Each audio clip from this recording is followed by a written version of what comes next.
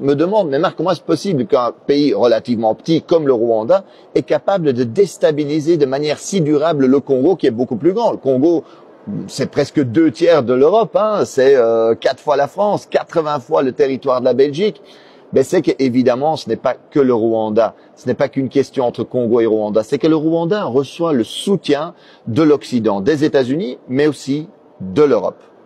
Chaque année, l'Union européenne offre par exemple des dizaines de millions d'aides à l'armée rwandaise. La Pologne a même promis toutes les armes, toutes les technologies militaires dont le régime aurait besoin. Et dans le cadre du programme Global Gateway, l'Europe a promis des investissements de 900 millions au Rwanda. Et cerise sur le gâteau, en février 2024, l'Union européenne a signé un protocole d'accord privilégié sur les matières premières avec le Rwanda. Et cela tandis que nous savons que le Rwanda va voler des matières premières au Congo. La Commission européenne, en fait, a été signé cet accord et a encouragé le Rwanda à piller, à intensifier le pillage des richesses congolaises. Regardez bien la chronologie. En fait, en février 2024, la Commission européenne va signer cet accord sur les matières premières avec le Rwanda.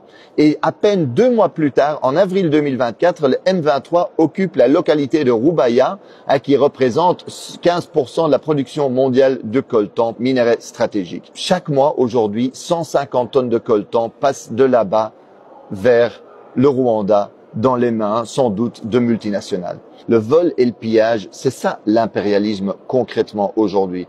Et d'ailleurs, il y en a qui rêvent d'occuper durablement l'Est du Congo en coupant le Congo en petits bouts. C'est ce qu'on appelle communément la balkanisation, pour mieux voler les richesses et les ressources du Congo au profit des multinationales occidentales. Dans le Financial Times, l'expert Jason Stearns est clair. Cette guerre pourrait se terminer relativement rapidement. Il rappelle qu'en 2012, en fait, le M23 avait été battu. Et ce n'était pas seulement à cause de l'action de l'armée congolaise et de ses alliés du Sud, qui avaient battu militairement le M23. C'est aussi parce que les soutiens internationaux du régime rwandais avaient suspendu son financement.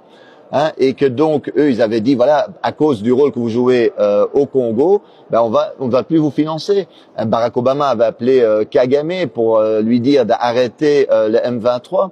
En d'autres mots, si l'Occident aujourd'hui ne sponsorisait pas cette guerre, elle pourrait prendre fin très rapidement et on aurait pu éviter déjà beaucoup de ces morts, beaucoup de ces victimes innocentes aujourd'hui en Congo. L'impérialisme aujourd'hui, le vrai visage de la politique étrangère et commerciale européenne en Afrique, c'est ça. Et quand la Russie envahit l'Ukraine, l'Union européenne parle du droit international, à juste titre. Mais quand son allié rwandais vit la souveraineté congolaise, commet des massacres, elle soutient. Comme quand Israël occupe la Palestine, le Liban, la Syrie, l'Union européenne se range du côté de l'agresseur. Alors aujourd'hui, faisons pression sur les dirigeants européens parce que ce n'est pas acceptable que l'Europe joue ce rôle-là. Alors il est possible aujourd'hui de faire pression, c'est nécessaire pour que l'Europe arrête sa complicité avec les crimes sur place.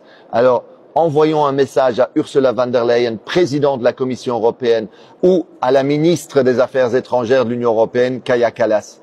Envoyez-leur un message par les réseaux sociaux, envoyez-leur cette vidéo-ci. Et en plus, mobilisez-vous dans la rue, parce qu'il faut mettre la pression.